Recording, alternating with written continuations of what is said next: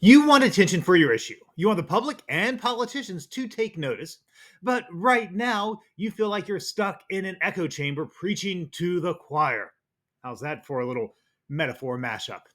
So, how do you get your message to the masses and the attention of policymakers and politicians? Get in the paper. Yes, the newspaper. No, this isn't some time warp back to the 90s. Print media carries an outsized influence in political circles.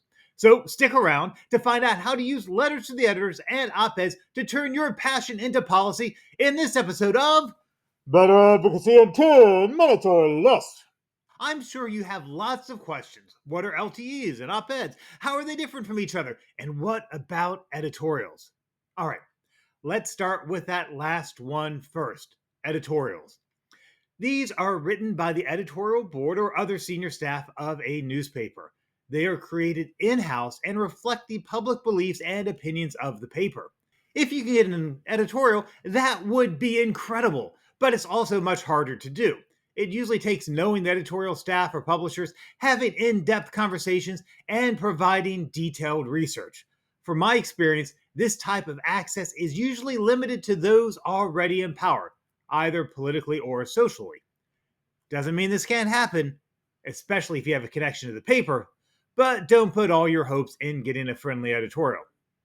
Now, if you're just getting started and don't have an organizational name behind your work or even a compelling story that can be summarized easily, then a letter to the editor or LTE is your best first step. These are short form essays, usually no more than a couple of paragraphs, where you can state your mind. If you can tie your letter to the editor, LTE, in with recent article or current events, it is more likely to be published. LTEs are easier to get published because there are more of them in the paper than there are op-eds. It also means they carry less weight. However, you're still getting your policy in print, and you can use that to build momentum.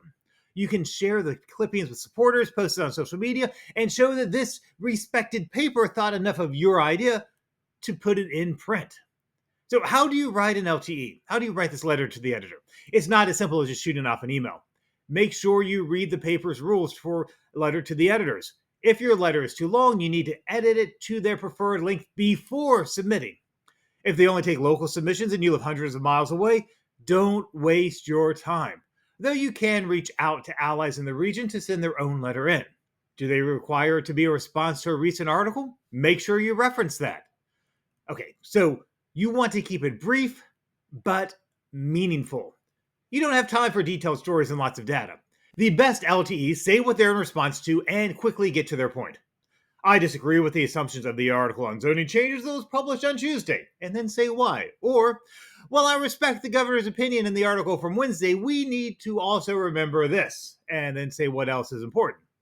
Choose your facts and illustrations to be quick to read, easy to understand, and convincing.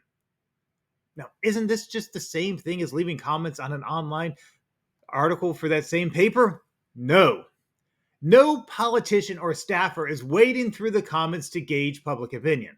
Okay, I shouldn't use absolutes here, but I've never seen one do this, and I've never seen those comments used to inform public policy decisions. Now, if you're leaving a comment on an article, turn it into an LTE and send it to the paper so people will actually read it. All right, now between these letter to the editors and editorials are op-eds, literally opposite the editorial, because that's where they traditionally appeared in print papers. Op-eds are written by community members, usually leaders or experts on a certain topic. They're not written by the newspaper's editorial staff like an editorial, and the author is expected to have more knowledge and show more developed thoughts than the writer of a letter to the editor. This is your chance to present yourself as an expert and your policy as newsworthy. Op-eds don't have to be in response to a recent news event, though if you can tie that in, that's great. Nor do they have to be as newsy as a regular article written by a reporter. Remember the who, what, when, where, why, and how? Yeah, you don't necessarily need all those here. Think of this more like a persuasive essay you'd write for class back in high school. These make great clippings for your policy, and you can use them to generate earned media interest from reporters. But what does an op-ed look like? There is some variation from paper to paper, so before writing it, you want to identify your target paper, more on that in a moment, so you know their specific requirements and what tone they prefer. The requirements are usually non negotiable. For example, Richmond, Virginia's paper of record, the Richmond Times Dispatch, lists two specific requirements: word count of 800 or fewer, and exclusive to their paper, meaning you can't have the same op ed published by a bunch of other papers. I also know from personal experience that you can't have more than 4 signers, that's names and titles attributed, to your submission. Now, each paper will have their own rules. The more prominent the paper, the more likely they'll ask for exclusivity. In smaller papers, think of those the hometown legislators you're targeting might be reading, may also want it to be submitted by someone with ties to that region. Now, let's get to the content. How do you write an op-ed that will be accepted by your target paper? First, look at what they've published for clues. Are they heavy on stats or stories? Are they focused on local, regional, national, or global issues?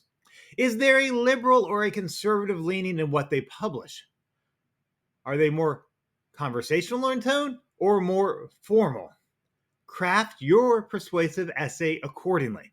Now, what about facts and editing? As long as you can verify what you say and stay within the word limit, my experience is that you'll probably receive very light editing.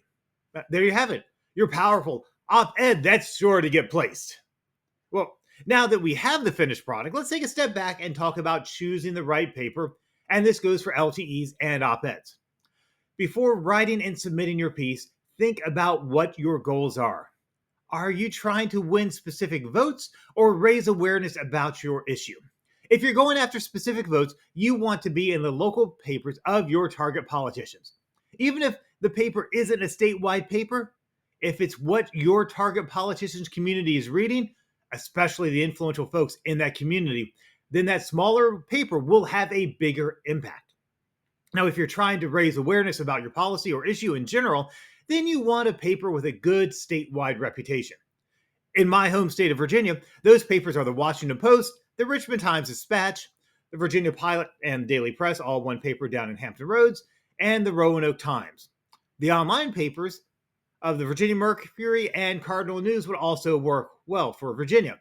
In your state, do a little bit of research, see what works best, see what people are reading and where you should target your op-ed. If I'm trying to get my op-ed in one of these, I'm going to look at what they published recently and see how my piece is similar or unique in its topic and presentation. If you see one paper has recently published similar op-eds, but others have not, reach out to the ones that haven't.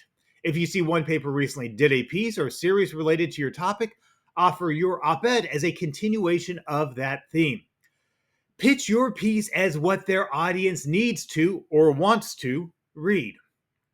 As an aside, when you're reaching out to these papers, be friendly and try to build that relationship with the gatekeepers. It will pay off in the long run. And as you continue to do advocacy work, it will be good to have them on your side so they'll be more likely to listen to your next pitch, even if they didn't take this one. And that's the thing. There is no guarantee in any of this. There could be political or economic forces beyond your control. Sometimes getting an op-ed or even a letter to the editor published is simply being at the right place at the right time with a well-written piece. So start crafting your ideas and researching your paper so you'll be ready with that LTE or op-ed. And be sure to come back soon for more better advocacy in 10 minutes or less.